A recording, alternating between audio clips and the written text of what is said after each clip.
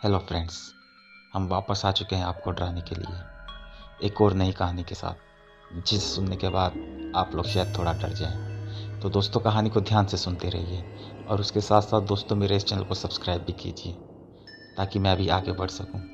तो दोस्तों, कहानी को शुरू करते हैं अब। गौतम और उसकी पत्नी सुमन और उनका 2 साल का बच्चा जीवा हंसी खुशी रहते थे। सब कुछ ठीक ठाक चल रहा था। गौतम हर रविवार के दिन अपने पूरे परिवार को घुमाने के लिए कहीं बाहर लेकर जाया करता था। रास्ते में एक जंगल पड़ता था, लेकिन वो जंगल इतना घना नहीं था, लेकिन फिर भी लूट मार का डर रहता था। उसी जंगल में एक डाकू की टोली भी रहती थी। डाकुओं के सरदार का मकसद ये था कि किसी की जान नहीं लेना, लेकिन उनके पास जो कुछ भी है उसमें से एक तिनका भी नहीं छोड़ना। सरदार केवल धन दौलत का लालची था।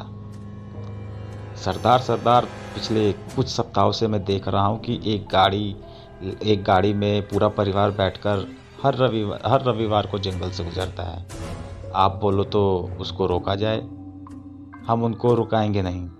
कुछ चालबाजी करते हैं। ऐसा करो कि सड़क पर 5 लीटर तेल फैला दो और दूर से उन पर ध्यान रखना।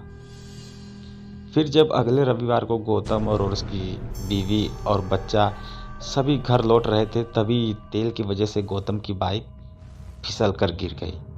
उसने अपना नियंत्रण खो दिया और सभी गिर गए। गौतम ने उस वक्त हेलमेट नहीं लगाया था। सिर पर गहरी चोट आने की वजह से उसकी वहीं पर मौत हो गई। सुमन और उसका बच्चा किसी तरह खड़े हुए।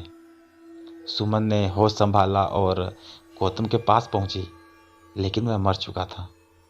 गौतम, गौतम उठो, सरदार लगता है कि पंछी जाल में फंस गया, चलो चलते हैं। सरदार और उसके साथी डाकू उस स्थान पर पहुंचे जहां पर तेल गिरा था। उन्होंने गौतम की तलाशी की, लेकिन गौतम की जेब में से केवल सिर्फ 500 रुपये ही मिले। डाकू बोले, ऐसे तो हमको तेल ही भारी पड़ गया, अब क्या करें? एक काम करते हैं, इस बच्चे को छीन लेते हैं और शहर में बेच देंगे, क्या बोलते हो? जी सरदार। इतना कहते ही डाकुओं ने सुमन से उसका बच्चा छीन लिया और सभी भाग गए। सुमन चिल्लाती रही, गौतम उठो, हमारा बच्चा। सुमन को पता चल गया और उसने मान लिया कि अभी गौतम और उसका बच्चा उसके पास कभी वापस नहीं आने वाले। सुमन ने वहीं पर घाटी से कूदकर अपनी जान दे दी। 4 साल बाद एक हंसते खेलते एक जोड़ा, विनय और उसकी 8 महीने की गर्भवती पत्नी पल्लवी, दोनों कार से जा रहे थे। अचानक पल्लवी को पेन शुरू हो गया और वह दर्द से कहारने लगी। तभी विनय ने कार की स्पीड बढ़ा दी और जंगल के रास्ते से निकल पड़ा। जंगल में प्रवेश करने से पहले विनय ने बड़ा सा बोर्ड देखा, जिसके ऊपर साफ साफ लिखा था कि रात के समय इस जंगल में प्रवेश नहीं कर सकते। लेकिन विनय ने इस बात को नज़रअंदाज किया और उसी रफ्तार से चलता रहा।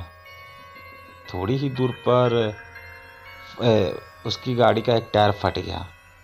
गूगल लोकेशन से पता करके विनय ने पता लगाया कि हॉस्पिटल बस अब कुछ ही दूरी पर है। पल्लवी ने कहा कि आपको ध्यान रखना चाहिए था, वहाँ पर लिखा था कि रात को यहाँ से नहीं आना चाहिए और मुझे अब बहुत दर्द हो रहा है, प्लीज़ कुछ कीजिए। विनय ने पल्लवी को बाहर निकाला, उसको ध्यान से पकड़ा और दोनों पैदल चलने लगे। कुछ ही कदमों की दूरी पर उनको अजीब सी आवाज़ें आने लगीं, लेकिन दोनों खुद को संतावन देकर आगे बढ़ने लगे। सामने अचानक धुआं बढ़ गया और धुंधली धुंधली परछाई दिखने लगी। विनय ने मदद के लिए पुकारा, क्या आप मुझे बता सकते हैं कि यहाँ से कोई रिक्शा वगैरह मिल सकता है? मेरी बीवी को पेन शुरू हो गया है, वह प्रेग्नेंट है। धुंधली परछाई एकदम साफ हो गई और एक औरत दिखाई दी, जिसके चेहरे जिसका चेहरा बालों से ढका हुआ था। विनय समझ गया कि कुछ ना कुछ तो भाई झोल है। वह चुपचाप निकलने लगा। इतने में सुमन बोल पड़ी, कहाँ जा रहे हो? मुझे मेरा बच्चा चाहिए। मेरा बच्चा? यहीं से ना उसे लेकर भाग गए थे। मेरा बच्चा? देखिए मेरी बीवी प्रेग्नेंट है, प्लीज़ हमें जाने दीजिए। कैसे जाने दूँ तुम्हें? मुझे मेरा बच्चा चाहिए, नहीं तो मैं तुम्हारे बच्चे को ले जाऊंगी। इतना कहते ही उसने अपनी भूतिया शक्ति से पल्लवी की कोख झाड़ दी और बच्चा निकाल लिया। बच्चा लेकर झटपट सुमन भाग गई। विनय और पल्लवी दोनों रोने लगे और हॉस्पिटल पहुंचे। पल्लवी को भर्ती करवाया और पूरी रात अपनी गलती को कोसता रहा। विनय को अपना बच्चा वापस चाहिए था। एक तो उससे पल्लवी का दुख नहीं देखा जा रहा था, दूसरा उसने बोर्ड देखने के बाद भी जंगल के अंदर गाड़ी घुसा दी। सुबह होते ही दोनों गांव में गए और वहां के लोगों को उन्होंने पूरी घटना सुनाई। गांव वालों ने कोई हमदर्दी नहीं जताई। अरे भाई, ये यहाँ का रोज का मामला है, भला मनाओ कि तुम दोनों की जान बच गई। चुड़ैल किसी को भी नहीं जिंदा छोड़ती। भाई साहब, आपको जितने पैसे चाहिए ले लो, पर भगवान के लिए हमारी मदद कीजिए। विनय और गांव वालों की बात चुपके से सरदार का डाकू भी सुन रहा था। पैसों की बात सुनते ही उसके मन में लालच आ गया और जल्दी से जाकर उसने पूरी घटना सरदार को बताई। सरदार को समझ आ गया कि अब क्या करना है।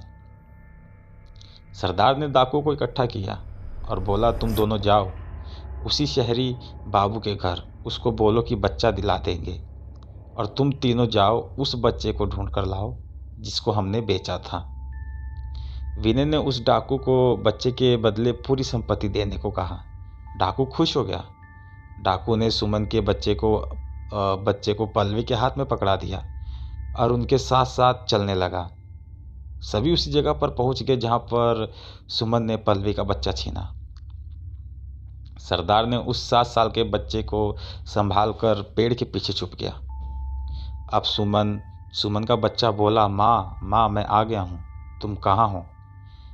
इतने में धुआं छा गया और सर की आवाज़ आने लगी। धीरे धीरे करके सुमन सामने आई। पल्लवी हाथ जोड़कर बोली, देखो मैं तुम्हारे बच्चे को लेकर आई हूँ, अब तुम मेरे बच्चे को लौटा दो।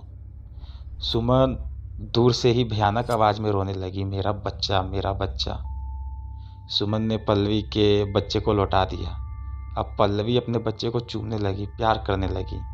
ये देखकर सुमन का मन भी भर आया और वो विलाप करने लगी, क्योंकि अब वो अपने बच्चे का पालन पोषण नहीं कर सकती थी।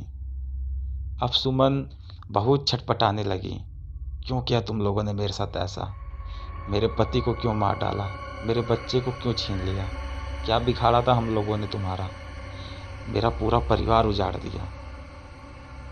इतने गुस्से में सुमन की सारी भूतिया शक्ति खुल गई। सुमन ने पेड़ के पीछे छुपे उस सरदार को भी भांप लिया।